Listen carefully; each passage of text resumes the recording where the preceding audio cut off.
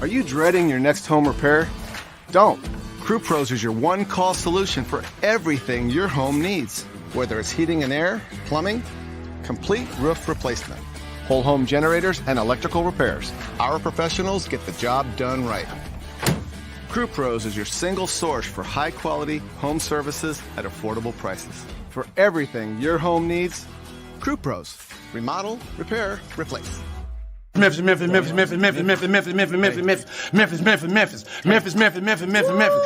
Memphis. Everywhere we go, it's Memphis. Memphis, Tennessee, the beautiful land in the world. And I'm thankful for this guy who tweeted and said, I don't have that fire in my eyes no more. That game right there was for him. That's what I do. I prove people wrong each and every night, and that's for him right there. Hi, this is Tom Izzo at Michigan State, and you're listening to Grizz 901. What up, Grizz Nation, and welcome back to another episode of Grizz 901. I'm your host, Daniel Greer, and this is going to be our last episode, not for forever. This is going to be our last episode just for the month of July. We're taking all of August off, but have no fear. We're going to have a show each and every Tuesday at 8 o'clock Central, just as we are right now. And we're going to bring in a guest host, somebody else that can come in and probably have a little fun with you. And so we're going to bring Brandon in. He is from Bluff City Media, and he'll be joining to make sure that he keeps the train rolling through the dead period, as some call it. And so it'll be a lot of fun. So we're going to make sure we bring Brandon in here. But we are presented by Zach Jaworski State Farm. If you need any insurance needs at all, please make sure you give them a call. You can give them a call over at 901-794-3691. Zach Jaworski and his team just was able to help me in my situation. And I know everybody's kind of got situations right now. Unfortunately, they don't have drinking water at Zach Jaworski State Farm for us Germantown people, but I wish they did. This is what I'm drinking. Like this is my life. Like it's water bottle after water bottle. I've never had so many empty water bottles in my life. But we're here. Let's go ahead and bring in our other guy. Real quick, Nate, coming off the top rope, we're going to keep doing these, and I don't want to see your stupid purified water out of your glass. I don't want to see it. All right, real quick, off the top rope, Nate, there are a lot of talks about the best of all time. I want to know who your favorite player is of any sport right now. Ooh, of any sport ever? Oh, man. I will say, and this is not my answer, but for the longest time, my legitimate favorite player in all of sports ever was Mike Conley. In the grit and grind days when I was in college, it was my best friend David would walk into the room and say, Moneymaker Mike on TV, because I just talk about Mike Conley all the time. Favorite player all time?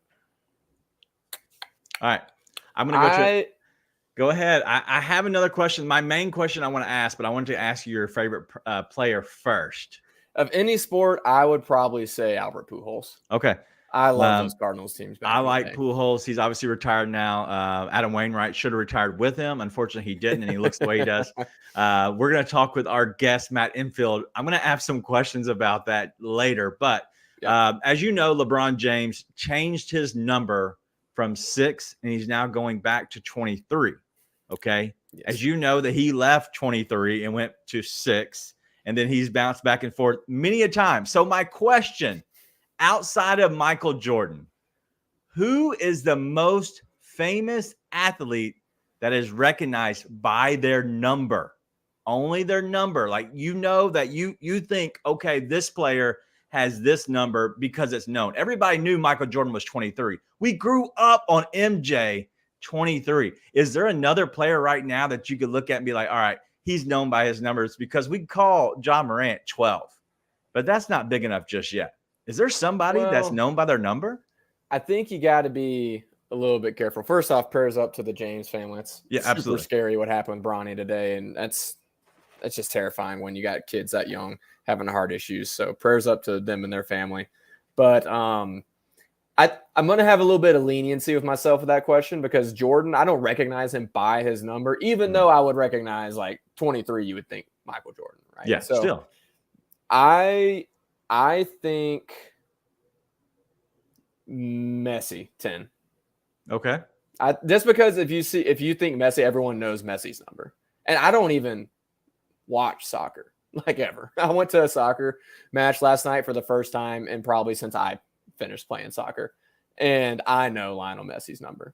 So in the NBA, I would say actually a really good one. Grizz Company main saying Curry for 30. Mm-hmm. I would say, even though Kobe switched 8 and 24, both those numbers I associate with him. But soccer is just so big all around the world. I think the NBA is probably the next biggest thing, but it's got to be a soccer player, and I'm going to say Messi. Yeah, it was tough for me. The first person that I finally came up with was Steph Curry. And so, it was that main player. And the reason is because one, he is big. He does have the number in his logo in a sense. It's got the 30 kind of in his logo. If you know what his logo looks like, but it's just like, it was so hard these days that nobody keeps that same number, it seems, or like players aren't known for their actual number as much as they used to be. It used to be known like MJ becoming 23 and that being his number. And then he switched to 45 and that was a big deal. And now him coming back to 23, man, it was awesome. So Ja Morant's probably on his way. Yeah, he's trying. All right, let's go ahead and get to the show.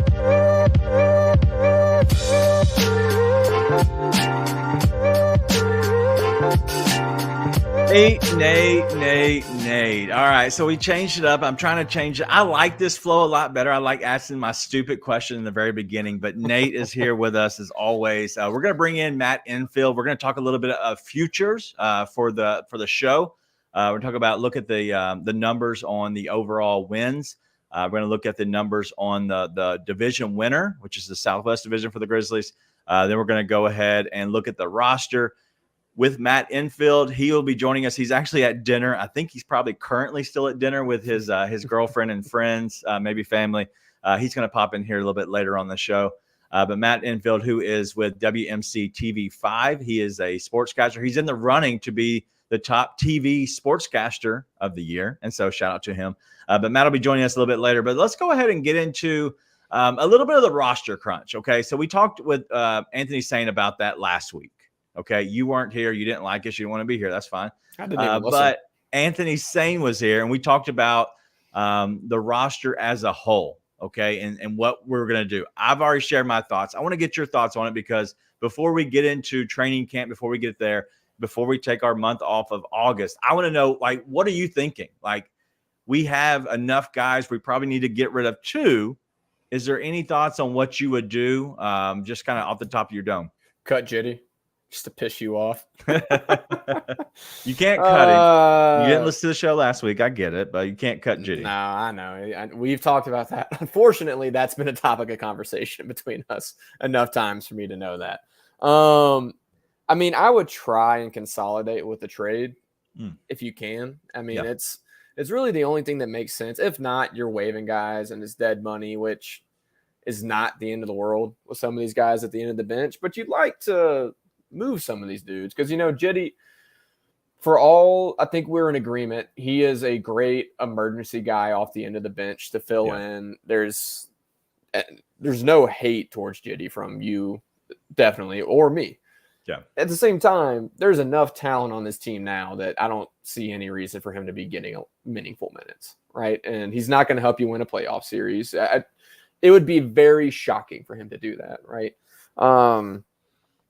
You would like to consolidate his contract with maybe one of these other younger contracts and get somebody who can be like an 8-9 guy. You're not going to get a top 7 guy out of that, but 8, 9, maybe even 10. But there's just not much improvement to be made. You sort of got to consolidate and try and make the best out of it. I anticipate they'll probably just end up waiving a couple dudes. Yeah. Well, the only 2 dudes it would make sense to waive at this point is Isaiah Todd and Josh Christopher. That's the easiest waves. I don't know if that's what you want to do. My thoughts are my first initial thoughts that I said last week would be the consolidation, 2 for 1, maybe bring back a guy, and even 3 for 1, whatever you got to do. I don't care at this point. bring in a guy that is a top 8 on your roster. That's the main thing that you want to do, is bring in somebody that is a top 8 player on your roster. You get your top 8 better. That's always a good thing. And so that was my initial thing. You can always get rid of a player, such as a Jitty. I know that's been talked about. You can get rid of a player for cash. You can throw in a second-round pick. Somebody takes him on their roster, or they give you a second-round pick for him, depending on what his trade value is.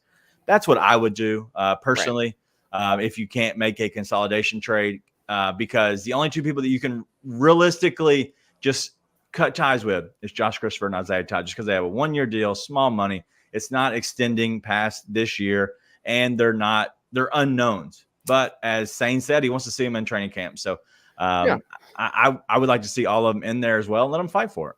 Yeah, and Josh Christopher is a talented dude. I mean, that was a guy a lot of Grizzlies fans at least wanted coming out of the draft. He's tight with John Morant. You know, he has the connection to Tayshaun Prince. There's reasons for them to keep Josh Christopher. And like you said, the best thing to do is to be able to consolidate, get something out of a trade for a couple of those guys. To be honest, it's most likely, I think, that somebody has to get waived. All right. Well, Matt Enfield should be joining us very shortly. He just texted me and said he's coming this way. So it looks like dinner is over. And it was either this time or it's going to be a month or so from now. And he's like, you know what? Let's go ahead and do this. Let's get these idiots out of the way. Yeah, let's get them out of the way. But the roster crunch in general, man, it's going to be tough. I would like to see Josh Christopher stick with this team. I really would. The other option it could be is, I think you, what's his name? Gilliard. I almost called him Guilford. I was like, couldn't get out of my head. Gilliard. If you take him off of a 2-way and you take Gilliard and put him on a Exhibit 10, and then you send him to the main roster, that would be the smartest thing for me. Not the main roster, to the G League. Yeah. You open up another 2-way. You could then maybe get Isaiah Todd or Josh Christopher on a 2-way. Then you get GG on your 2-way, and that's your 3 2-ways along with Vince. And so Gilliard's on a 2-way still? He's still considered to be on a 2-way. They either need to move him at some point to the G League roster. Yeah, so, well, there's a lot of weight. Yeah. He's not an NBA player. No. He's and not. Josh Christopher, Josh Christopher is a type of player that could easily become that combo guard 6-man type of player. Yeah, absolutely. Especially in a place like Memphis where they already have really good development and they just brought in Anthony Carter from the Heat. So, yeah. All right. Well, here's our third man. I hope he likes this. Hey, what's up, fellas? You guys got... Hey, I had to have your Jets on here, so I figured I found it today. Man. I'm glad he was able to explain it. That was just noise in my ear, so I hope you heard it better. It sounded much better for me. Okay, good. Matt, what's up, man? Man, I'm down in South Haven, actually. Girlfriend and a couple of friends having dinner at a little taco spot down here. About to hop out real quick to join, talk with you guys a little bit, so they understand. And man, I just got done working like 11 days in a row, so I got a couple of days off. So just enjoy it, man. Happy to jump on. Man, that New York accent is strong. You know, some people say I have it. Some people say it comes out when I drink. I don't know, man. I don't know what to think about it. Well, we're not going to hold you too long because I know you're having your fun time, right? 11 days on, you need some time off. This is fun too. It's all good. All right, so we want to kind of run you through a little bit of the car wash. We're going to ask some questions. We're going to put you on the hot seat right before you get out of here. Okay. And so we want to just do rapid fire questions. We're going to start that last, right? But before we get there, obviously you're now a year into being in Memphis. How different is it from where you were? Well, okay, so how different is it from where I was professionally before this? I spent 4 years, my first job in Wausau, Wisconsin, if you have ever heard of that. So night and day difference. Yeah. And to be honest, Wausau was night and day from anywhere I've ever lived. I am a New Yorker from just outside. I grew up half an hour outside Manhattan on Long Island, lived there my first 18 years, and then I went to USF in Tampa for college, AAC USF, which I know is conflicting for some people, but we suck in most relevant sports right now, so it's not really.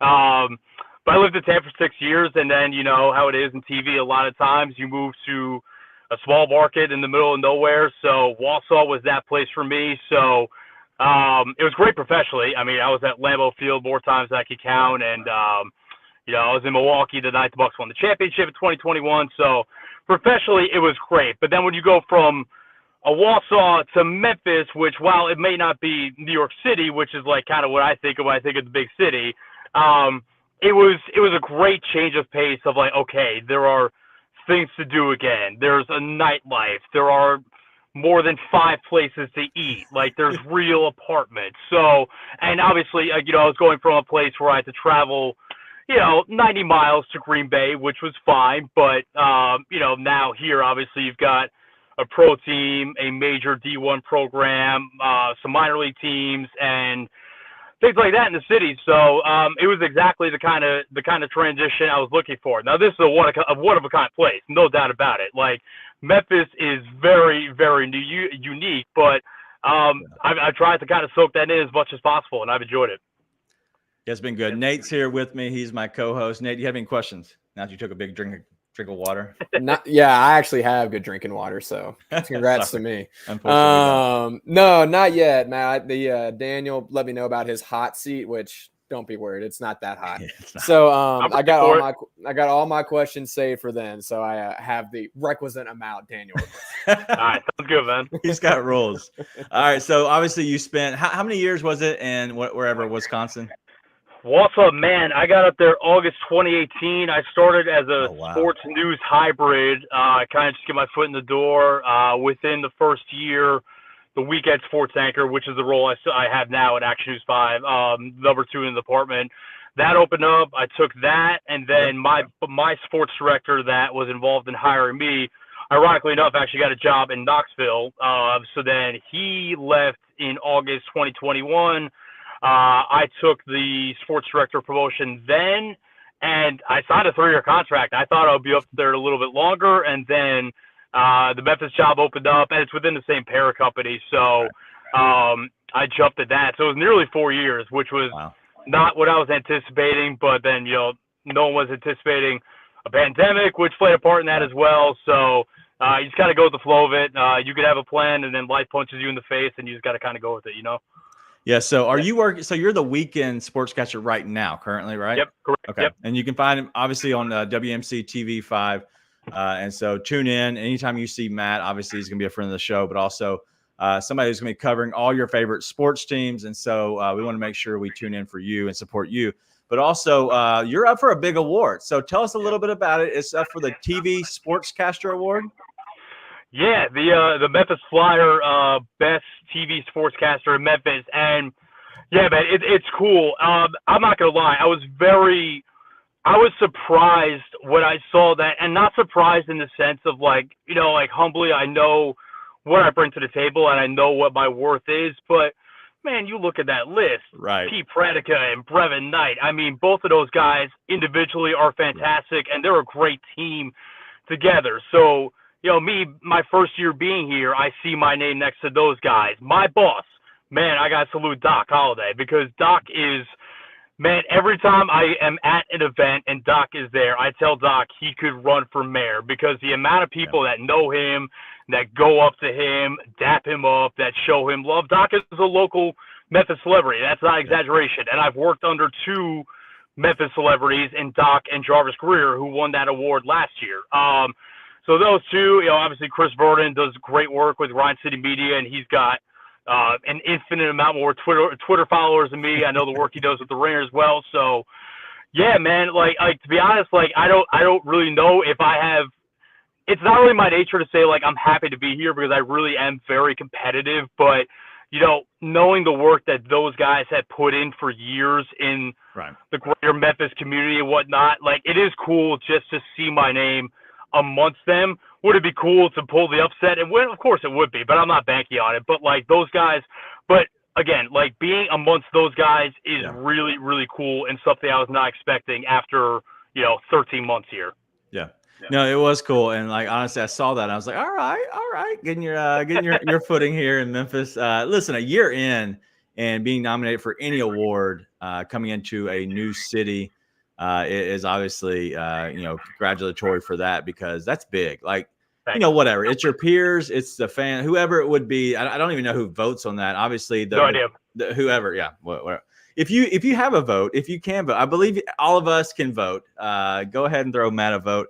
We do obviously support everybody else that you were talking about, and that, and we are fans of them, but we also can be fans of you, and so that was cool. So, all right, let's get to a little bit of the sports. All right, so you were there in Green Bay covering Aaron Rodgers. All right. Yep. Now we know that you are a New York Jets fan, and you have your favorite team is with Aaron Rodgers. How exciting was that when they landed him? Let me give you a little backstory, too. When you're a Jets fan, you don't have quarterbacks to root for growing up. Aaron Rodgers, and it did create a little bit of like an internal conflict in my head. Aaron Rodgers was my favorite player for a long time before I got the job in Green Bay. Probably back to, I think if there's a game that I could point to that made me a fan of him, it was, I don't know if you guys remember this, but there was a playoff game in 2009. I think it was like his second year as a starter against the Cardinals. It ended up like 51-45. Like, it was an absolute shootout, but I just loved the way he played. I was like, all right, that's my guy. Like, I'm a Jets fan. Like, I don't have a quarterback. Like, I might never have a quarterback. That's my guy. So, but now when I get to Wisconsin, obviously, I'm covering them. I'm not going to fanboy for him. I can acknowledge his greatness because, he's unquestionably one of the greatest quarterbacks to ever live.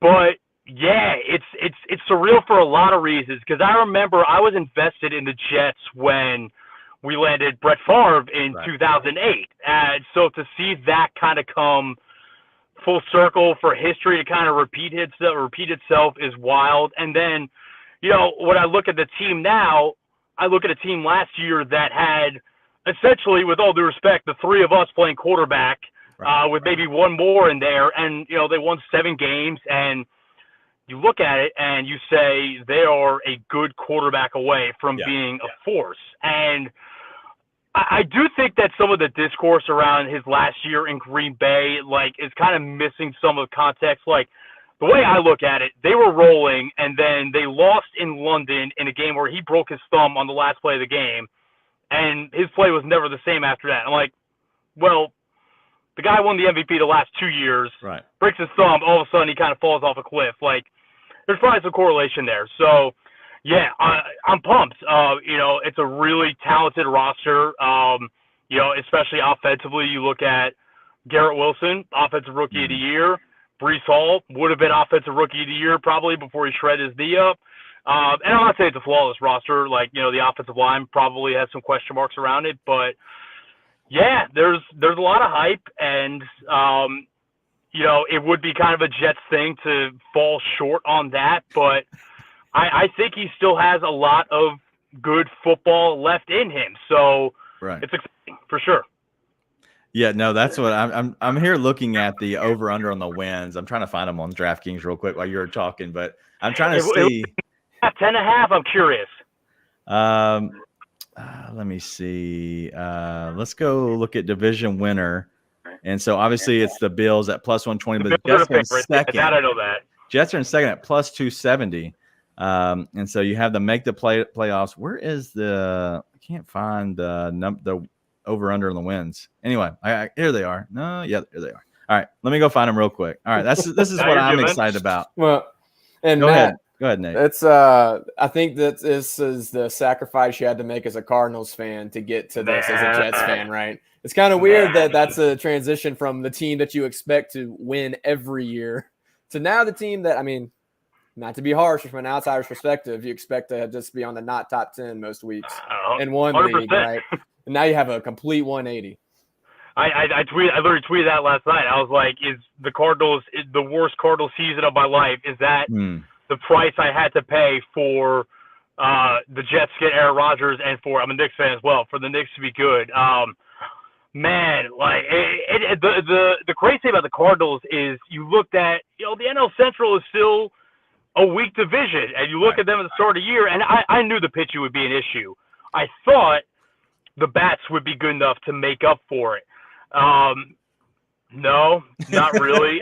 The pitching has been as bad as I thought it would be. The bats have been don't get me wrong. If the Cardinals went to next year with a lot of the same bats they have now, I would be fine with it. I think the most disappointing thing, honestly, is that, and I don't know how much the shift and the banning of that had to do with it, but the last couple of years they were stout defensively, like top consistently. And the defensive metrics are a little bit wonky, but consistently top 5 in most important defensive metrics. And this year they're like 28th or 29th, and it's just they found seemingly more improbable ways to lose consistently night in and night out. And every time you get a little bit of hope, they find a way to crush it in a way that just sends it all back to the bottom. So, listen, I'm not going to complain about the Cardinals too much. The Cardinals have given me 2 World Series championships as a fan. They have consistently been the best team that I root for, but this year has been embarrassing at the same time. Yeah. Absolutely. I'm a huge baseball fan. Let's go back to the Jets real quick. The number is 9.5. Do you feel good going over that?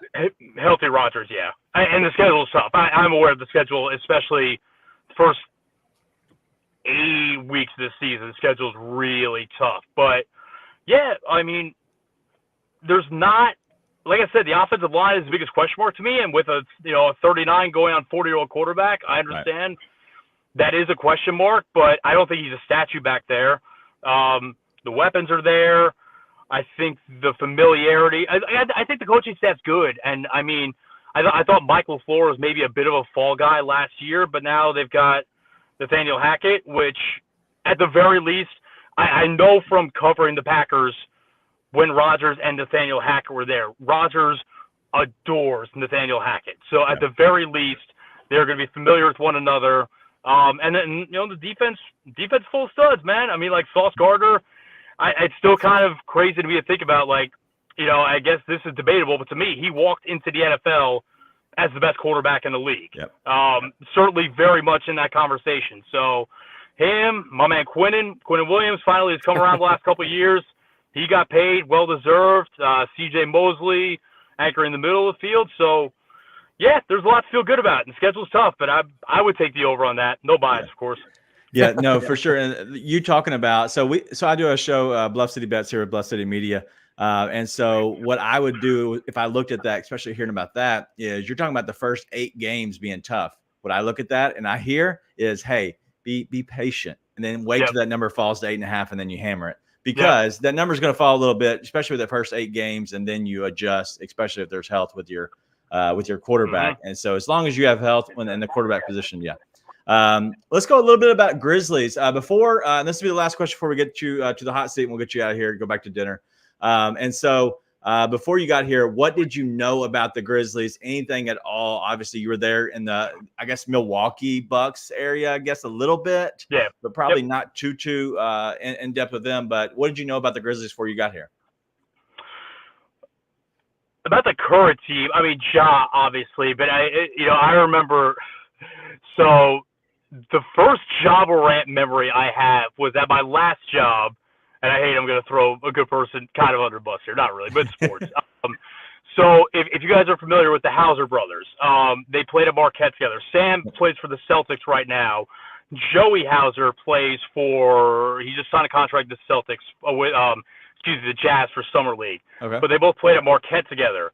That year that Ja broke out, in Marquette's first NCAA tournament game, Ja got Joey Hauser real good. And a lot of people probably know what I'm talking about, but he got him and that's when I was like, oh, this is different. So Ja, and I remember when I was watching, I remember pretty clearly actually watching their play-in victory against the Warriors a couple of years ago, and I remembered Xavier Tillman from Michigan State. Xavier Tillman kind of had a big role in that win as well. So then when I got down here, you look at the roster, and obviously Ja, and I knew about Sharon, but I'm kind of figuring out what is Sharon? Is Sharon a really good defensive player that just settles for a bunch of threes, or is beyond that? I remember I did a podcast a couple of years ago, talking. This was right after the 2020 NBA draft, and I have a friend from New York that was big into Desmond Bane, and he was like, watch out for him. And then you kind of remember watching the playoffs very closely last year, because that was right as I was interviewing and accepting the job, and I was like, this is a guy. So I knew a fair amount about the current roster coming in, and then historically, I knew about Grit and Grind, knew all about that. Yep. Before Grit and Grind, and kind of with Grit and Grind as well, but anyone who played NBA 2K 11, 12, or 13 knew how much of a cheat code Rudy Gay was. So that, and then going back even further, like I remember playing with them a lot on like NBA Live 04 with like White Chocolate, Jason Williams, Shane Battier, Pat, and those guys. So enough, like not like super in depth, but enough. Yeah. No, that's awesome. Going back the White Chocolate days is my favorite. White Chocolate Kings jersey somewhere in my closet. That's awesome. That's the most expensive jersey I didn't buy. I tried to get that a couple years ago. Aaron Rodgers jersey today, so you're good. Yeah, I saw that. The Aaron Rodgers. All right, let's go ahead and get you out of here. We'll get you to the hot seat real quick, and we'll get you out of here. All right, let's get you now. Look at this fancy graphic, Nate. Do you like it? Get everything. Let's go. I was about to say, I know Daniel's so proud of himself for this. So listen, I got the music. All right, let's go ahead and get you the hot seat real quick. Nate, go ahead and lay this off your first question. All right, we're going to start off as you can. Hot seat. After a year in Memphis, what has surprised you the most about the city? What has surprised me the most about this city? You know what? Honestly, like how much they care about like every. No, actually, you know what really surprises me is the reach of sports. You get to a city like this and you think it's just going to be the sports within the city. And I get here, and I got to shout out my OG Jarvis for this. Jarvis was like, man, you could cover, and I knew Ole Miss was in our viewing area because Oxford's only like an hour and 20 minutes south of Memphis. He was like, man, you could cover Ole Miss, you could cover Mississippi State, you could cover the Vols, you could cover Arkansas, you could cover the Cardinals. So just kind of the amount of different reach that Memphis has within the sports world. I was like, okay, that makes my job easier and fun. So I think that's kind of the first thing that comes to mind. I like it. All right. Next one. Will Aaron Rodgers win a championship while in New York? I'm going to say yes, but I'm very biased on that. So yeah, why not? Let's do it. All right, Nate. All right. As a self-proclaimed barbecue snob, what is the best barbecue spot in Memphis? Ooh, I got three that come to mind. We only need one answer, though. Cozy Corner. Wow, that's old school. Good. I love it. That's a good answer. All right, the greatest Nick of all time. Patrick Ewing. All right. Which team has been the source of the most pain in your life? The Jets or the Knicks? God. The Jets have at least been to 2 AFC championship games, so I got to sign that to the Knicks. All right, the greatest Grizzly of all time. Man, and so I've kind of had discussion of like Ja, assuming Ja gets everything straight now, which I'm going to give him the benefit of the doubt, say he does. Ja is coming for that spot. Right now, Zebo? Ooh, that's mine. I love it. Nate? Mark Sanchez or Zach Wilson? Mark Sanchez by miles. It's not even close. All right, your funniest moment ever as a sports fan ever. Funniest. I have one for the Jets. Are you gonna say the butt fumble? It has to be the butt fumble for me. That's there was last year. Speaking of Zach Wilson, game against the Patriots last year, because the butt fumble is the obvious one. Game against the Patriots last year in New England, where he could not complete a screen pass out to the flat, and then we lose on a punt return touchdown as time expires, 10-3. That was kind of one of those moments where I was like, why do I root for this team? I don't know. And the funny thing is, I kind of saw it coming. Like, I forgot one of the Jones guys. I forgot his first name. But he cut off field like 10 yards. I was like, oh, he's housing this. Like, this is over. So that's one that comes to mind. Okay, last one for me. You only get to take one, and it can't be Aaron Rodgers. What Jets are you taking in fantasy this year? Oh, Garrett Wilson, 100%. Like, I'm going to, man, Daniel, you're going to have me on Bluff City Bets at some point, but I'm going to throw some money on Garrett Wilson to win Offensive Player of the Year somewhere. Wow.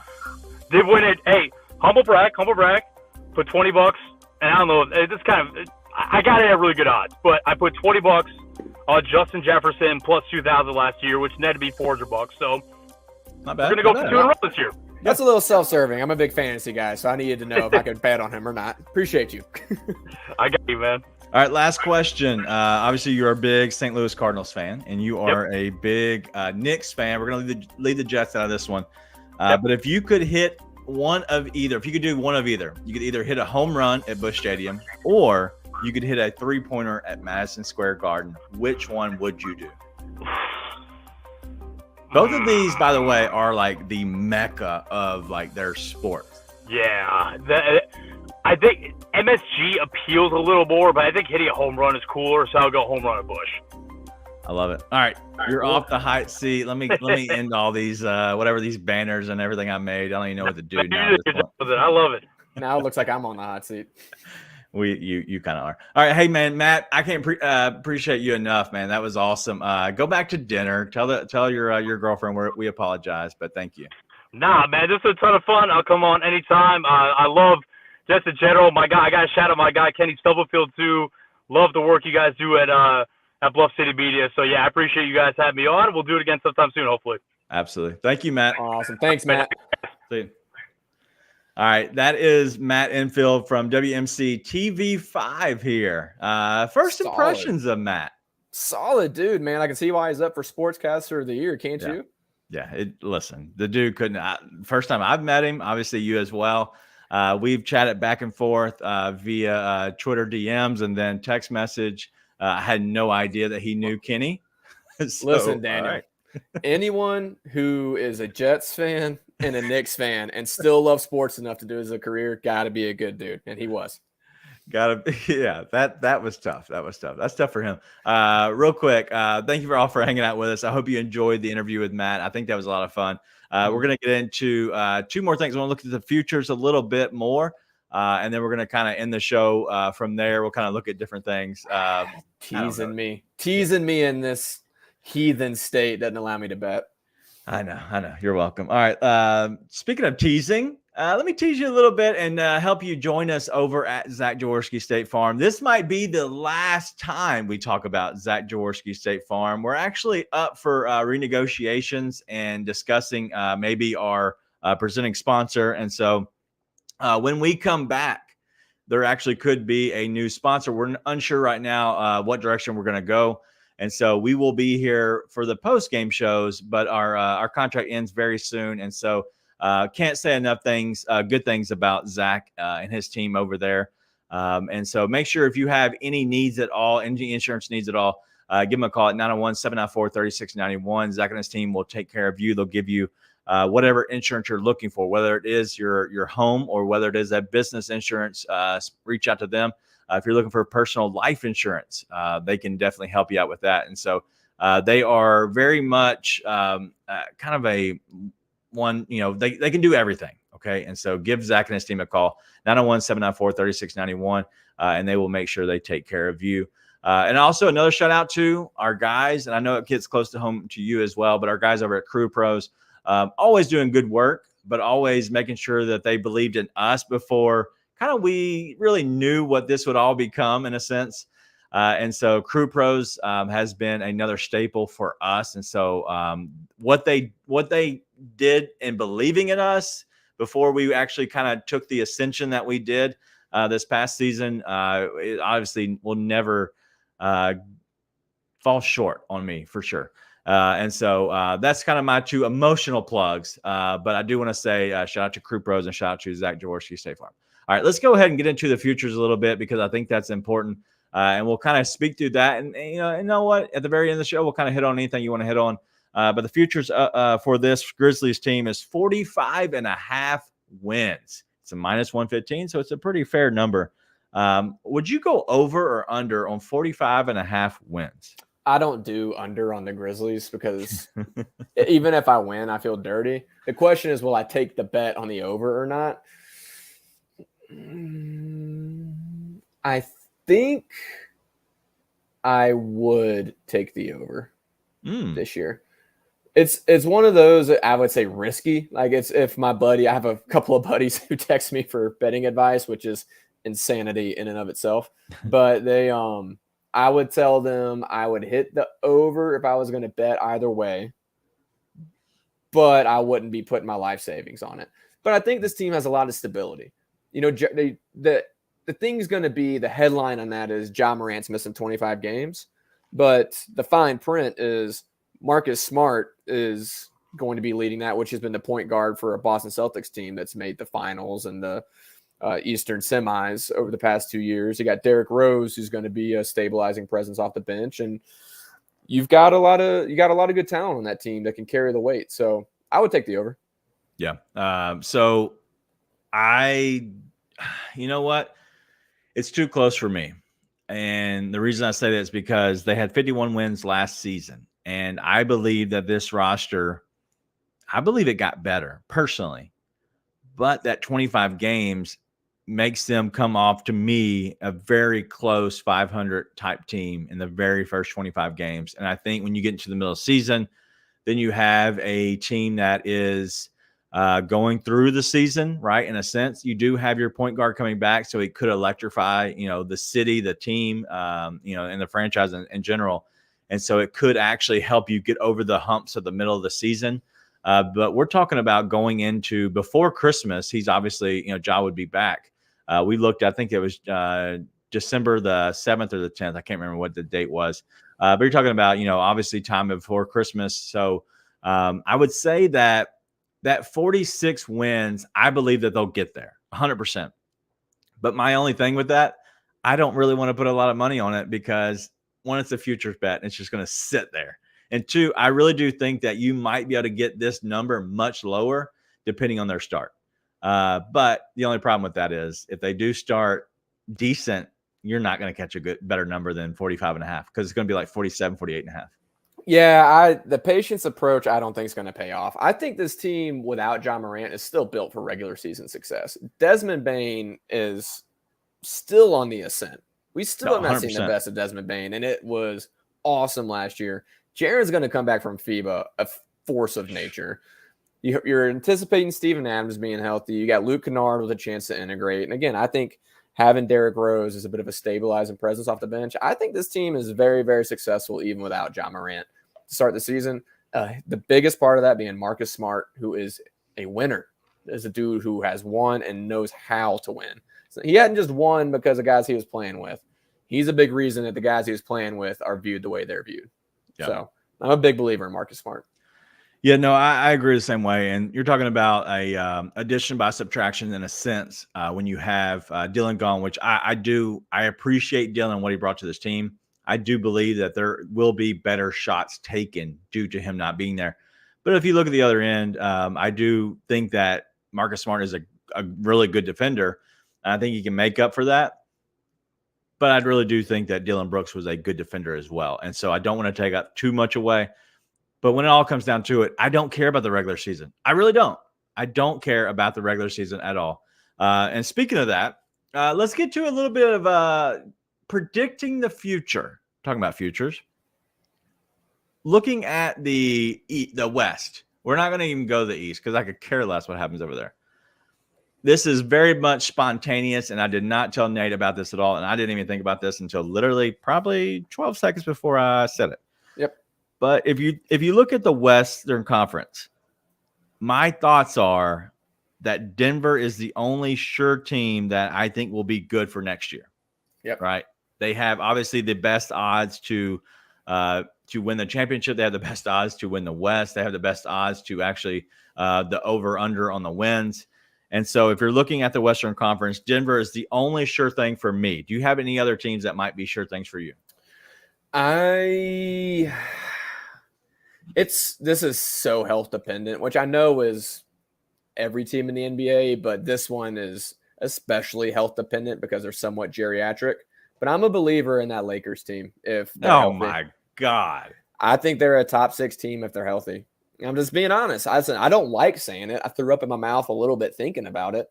But if I'm being completely honest, I think that Lakers team fully healthy is a top 6 team in the West. I'm not going to go so high as to say top 4 team in the West. But they're the only team out of the rest of these teams in the West outside of the Grizzlies and I would say probably the Kings that I don't think is a wild card. Like Phoenix, you would anticipate them being good, but that's a highly volatile team.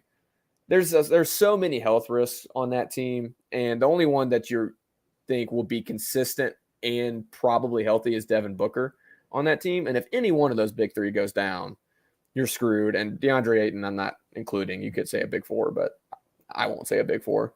Golden State is another team that's, despite their huge success with that core that they still have, is a wild card team. The Clippers, who knows if Wow, hold on real quick. You said Golden State is potentially a wild card team. So a 7 to 10.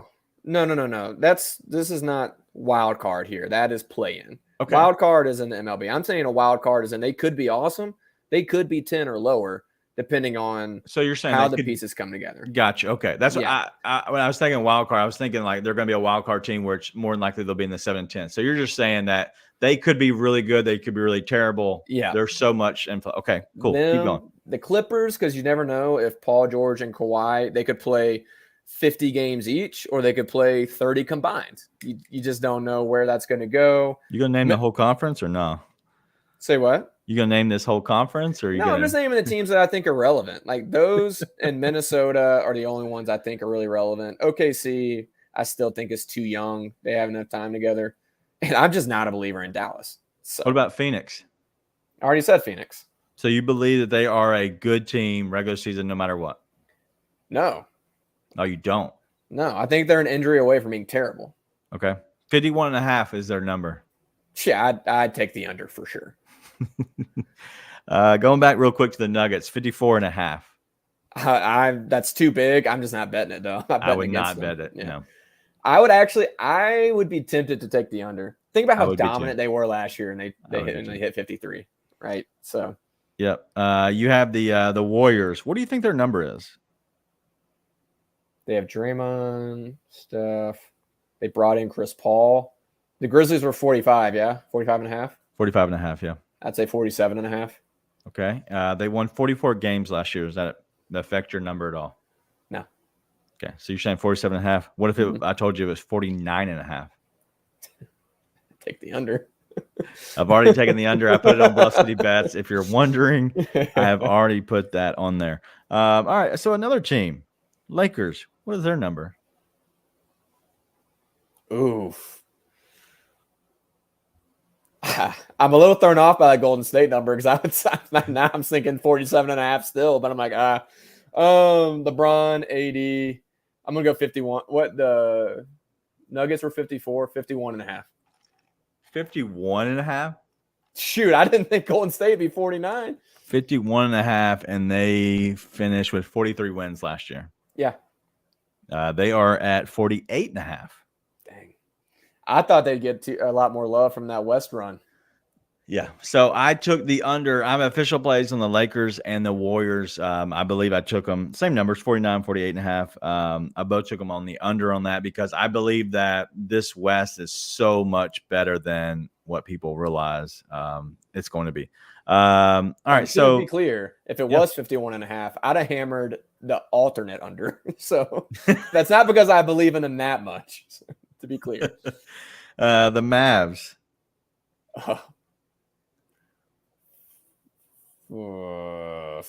40, I'll say 46.5 because the Grizzlies were 45. 45.5. So right there with the Grizzlies. Yeah. This one, I'm a little weird, like just kind of like, all right, I'm kind of baffled by. All right, the Sacramento Kings, right? Mm-hmm. They finished last year with a 48-34. Mm-hmm. What do you think their number is this year?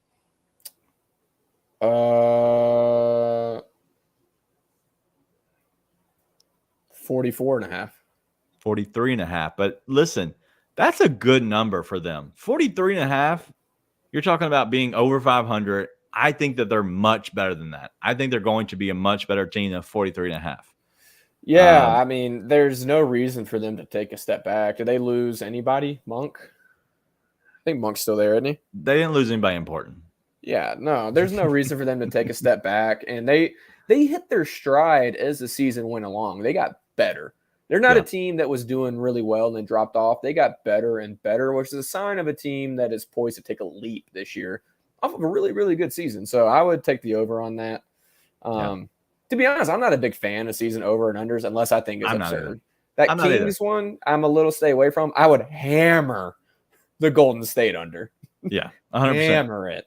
But that's about all I've got so far. Yeah, that I would really going on. All right, so let's go ahead and give you 3 more teams. They're all the exact same number. Mm-hmm. Pelicans, Timberwolves, and OKC Thunder. First of all, before you think of the number, does that surprise you that the Pelicans, Timberwolves, and the Thunder are all the same number? No. Do you think these are all pretty much the same team? They're not the same team, but you get basically the same results. if that makes sense. Because I'm high on the Thunder as a team. I think they've got a ton of talent and a ton of pieces to really build around that talent. I think Minnesota has equally good talent, probably a little less actually in OKC, but very good young talent. But I think they'll screw it up. And the Pelicans are just, they're at the will of Mariah Mills. So, God, dog. All right, what's their number?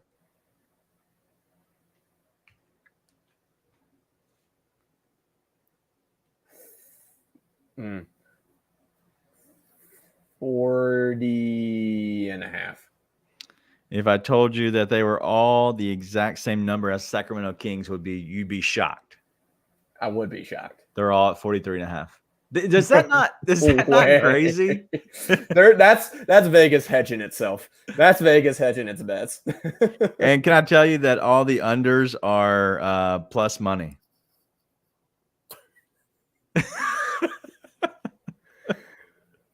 I think I'll be driving down to Nevada this weekend before somebody realizes their mistake. So 1, 2, 3, 4, 5, 6, and then you add them in. Those are 3, and then and then the Grizzlies. So that's 10 teams that we've talked about, right? I did not mention the Rockets. I didn't mention the San Antonio Spurs, right? And so I don't know. Obviously, I missed one team, the Jazz. Jazz are at 35.5, which is a number I don't want to touch. They worry me. But you talk about the Houston Rockets, who are at where they're in the H's. Now they're not in alphabetical order all of a sudden. Somebody was too big of a believer in Cat's podcast rants. I can't even find the Houston Rockets at this point. So, yeah. Houston Rockets are somewhere. They had a number. I saw it. I'd be interested in that number. Rockets, 31.5. And then the Spurs are at 29.5. All right, so listen. I'd go under on the Spurs. I think that I would probably go under on every single team because I think they're all going to beat each other up. The problem is somebody has to win those games. And so with that, what I want to do with that is look at that and say these teams are very much all pretty much going to be beating up on each other the whole year. This will be the season that I don't think that somebody will just completely jump out and just kind of just go from the very top and be the best team. Denver was much of that last year, but nobody believed in them. I think Denver is still going to be that team just because of the defending champion. But I do believe that with all these big names that are on these teams, I still think that people are going to think that a Phoenix Suns team, if healthy, are potentially able to beat a Denver Nuggets team. I think that LeBron's always going to be in conversation. But I also think that the Grizzlies, if healthy, no matter what, I think if they finish in the top 6, I think they'll be in the conversation as well because I think they have the potential compared to these other teams. The Denver Nuggets are far and away the prohibitive, or should be the prohibitive favorites to win the West. They were so much better than every team, including the Grizzlies last year. The only reason I think the Grizzlies have a chance to kind of leap up there is because they've had some pretty dynamic changes in bringing in Marcus Smart and getting rid of Dylan Brooks, which is going to fit their system really well. And there's a lot of what ifs when they're young wings. So there's a chance the Grizzlies are able to, like you said, do some addition by subtraction and come together to be something they couldn't come together to be last year. But outside of that, there hasn't been enough change on any of these rosters, in my opinion, significant change for them to make a leap. Like the Phoenix thing, dude, are you really going to count on Devin Booker, Bradley Beal, and Kevin Durant to be healthy? Because I'm not. And are you going to count on that to all work? Because I'm not. Yeah. And guess what? If they suck, if they don't work even like slightly, they're slightly below perfect and how they mesh together. Like, who else do they have? Yeah. The Suns did a good job of building out that roster with what they had to work with after those contracts. But dude, they have 4 max contracts and then what is it, 12 or 11, whatever. Doing a good job with that doesn't mean you brought in a bunch of amazing pieces. It just means you did really well with what you had to work with. Well, looking at those contracts and looking at that roster, I loved campaign for them because I thought he would be really good for them. And then they got rid of him for peanuts. Like that shocked me. But it just goes to show that if the Grizzlies can kind of hold Servant to what they are and what they're doing, I really do think that they have a chance to be in conversations all year. Yep. I agree. All right. Anybody else? Anything else you want to talk about? Obviously, this is our last show before we're going to take about a month off. And so if you're hearing this, we will be off all of August. And so Brandon will be on here. He will be having various guests on each and every week. So if you're interested, he will be having a bunch of different people. Let me just read them off to you because he actually told me. And so he actually planned, and I believe, and he was supposed to actually come by here and he didn't. So we don't even know if he is going to do it. Maybe he's not. No, but he will be doing it for sure. I'm trying to see who he said. All right. He has Francis Carlotta. I hope I said his name right. Francis works with us, man. How from do you not Bluff know how to City. pronounce his last name? I don't know his last name. Carlotta. Do you know his last name? Nope. Exactly. So Francis, who does good work with Bluff City Media, will be on one week, and then it will be Bryson. Bryson, right? Dude, I can't stand you right now. Yeah. What's his last name? You're just a terrible person. It's Bryson, right? I know it's Bryson. It's Bryson Wright. Bryson Wright. Okay, I thought so. All right, and then Luke Hatmaker with the No Bluffing podcast. Shout out to Luke, and then Parker Fleming, who used to be here at Bluff City Media. And then the 5th show that he plans on having is with Molly Morrison. Will be the 5th show, and so she's working with Bleacher Report, I believe now, and so that will be the 5 different guests that he will have. And so there is conversations on one show that he might not be able to make. If he can't, either I will substitute in for him, which is by all means is fine. But I'm going to try to take off the entire month of August. Honestly, it's the hardest month for me. Kids go back to school. My wife goes back to school. Everything's a little bit crazy, getting back into the routine of going back to school again. And so my life is usually crazy. Not my wife. My life is usually crazy getting back into the swing of things. And so anything else you want to talk about? We got about 2 minutes before we wrap. Anything you want to hit on before we get out of here? Man, I'm usually a big fan of nerddom. I love nerdy stuff like Star Wars, Lord of the Rings, Harry Potter. You'll see me and Luke nerd out about some stuff every once in a while back and forth on Twitter. Shout out to the Volume Sports nerds for giving nerds a bad name with that crap they're talking about Ja Morant and their top 10 young players to build around this week. That was hot garbage. And then they started talking trash about Melo right after. And I'm like, oof. Yeah. Just doubling down on bad basketball takes, man. Yeah, we were going to do a social media shenanigans to end the show, but obviously we kind of ran out of time a little bit because I thought it was good to kind of talk about those future things. We have plenty of time to talk about social media shenanigans for sure. And so this will be a fun time. I'm excited about the season. I'm not sure what mini camp or training camp will look like. Mini camp, that's football. What training camp will look like. But I'm excited about what the kind of the future has for this team and what they might do. And so we'll see. It's going to be a fun time. And so all in all, it's going to be this Grizzlies team have a lot of expectations. And every year from now on, there will be a lot of expectations going forward. And so I expect nothing less than, honestly, what they've been doing. And I expect them to be a top 6 team in the Western Conference. Any spot that you expect them to be at? I don't see any reason we shouldn't expect top 4. You think Jaren will take a step out of the FIBA? Yes. Have you seen the different videos of him doing those post moves? I don't watch off-season workout clips. Unless you have raw footage, it looks like it's me filming myself in my backyard when I was 12. I don't really care to watch it because everybody looks awesome. I'm pretty sure we saw Ben Simmons becoming a sniper 1 year out of that. So I don't watch off-season workout videos. I like whenever someone gets happy about that, I'm like, you know what? It's the little things. You hold on to that. Yeah, that is true. But I do think he's going to make a leap. I did like all that to say, I think he's going to be awesome, but not because of that. Yeah. No, I think that working on his post moves and kind of different things. They showed a video today, and I liked the idea and the style behind what he was doing, and just being a nerd at basketball in general. I love seeing him in general looking and doing the various steps that he was doing. So it was really cool. But all right, so Brandon will be with y'all for the month of August. If there is any time that we are going to miss, we'll let you know. Just follow us over at Grizz 901 Podcast, and we'll make sure that you stay up to date. But that's all we have. You have anything before we get out of here?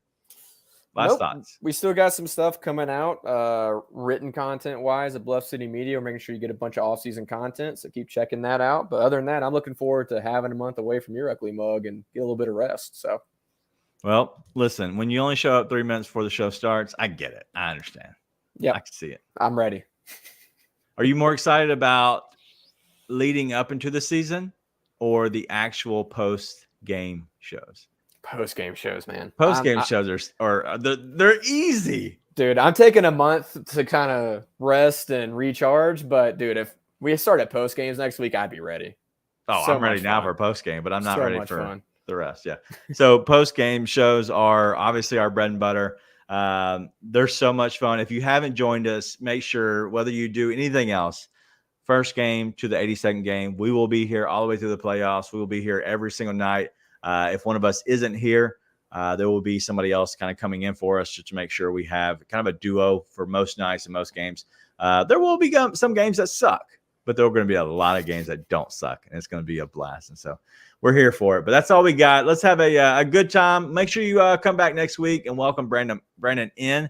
It's going to be a fun time having him with various guests, but you're going to know Brandon very well. And he will be with us a little bit going forward with the Grizz 901 crew, just kind of helping out. He's out on the West Coast, and so it's not. I don't know if it's the best coast, but it might be the best coast. And so Brandon will be out there, and so helping us out. But that's all we got. Be nice. Tell your friends.